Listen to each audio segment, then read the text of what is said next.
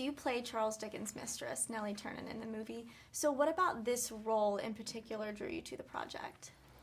I just had an instinctive reaction after reading the script. I felt like there was a real strength to Nelly, and I love the idea of playing a character, you know, over sort of a 15-year period, because a lot of the film is her looking back on her on this love affair with Dickens, and I thought there was just a lot to get my teeth into. Mm-hmm. And one of my favorite moments in the film is the scene at the very end, which is just a one, single shot on your face, and you're recounting sort of this crisis that you've been through. So tell me about how you emotionally get to a place like that. It's so raw and honest. I'm just thinking about like what I'm gonna have for dinner. No, I don't know. It's hard. I don't know if I could. I think you believe in the character, and you hopefully have reached a point where you empathize with them, that you sort of start to have their thoughts.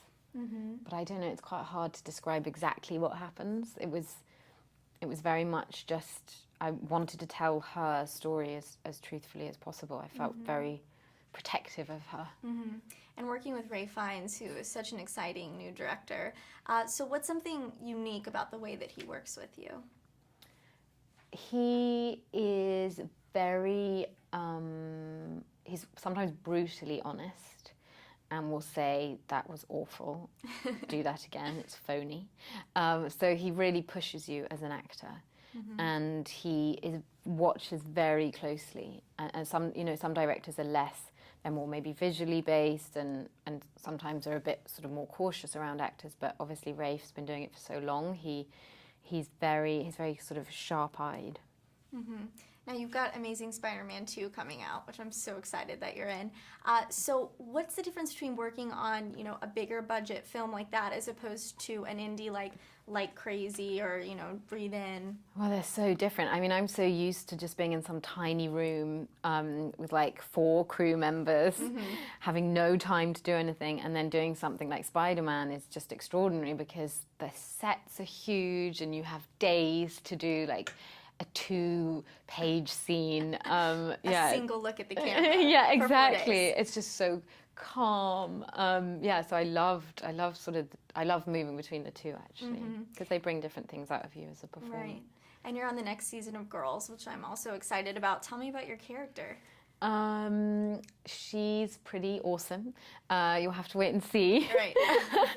But it was great fun. I'm such a fan of that show that it was a real privilege to be involved. Did you have a sense of freedom given that you were working, with Lena Dunham, who's also a female and a writer? Did you get to play with the script a little bit? Oh, well, I just love her characterization. I mean, I cry after every episode of Girls because I'm just the honesty. I'm just totally in awe. She doesn't patronize any of her characters or, I could just talk about her for hours. And I have one last question.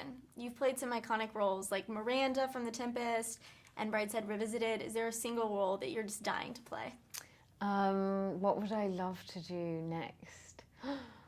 Oh God, that's a good question. That's a good question. Juliet. I was going to say, weirdly, Juliet, because she's always portrayed as this sort of weak kind character. of limp romantic, but she's not. And actually, she's an overthinker, which is absolutely what I find myself doing. The whole point is that she spends these sort of speeches trying to understand this. She has this incredible impulse towards someone, and then is sort of wrestling with it. I'd love to have to play Juliet before I get too old. Let's make it happen. Yeah, let's do it. Thank you so much. Thank you.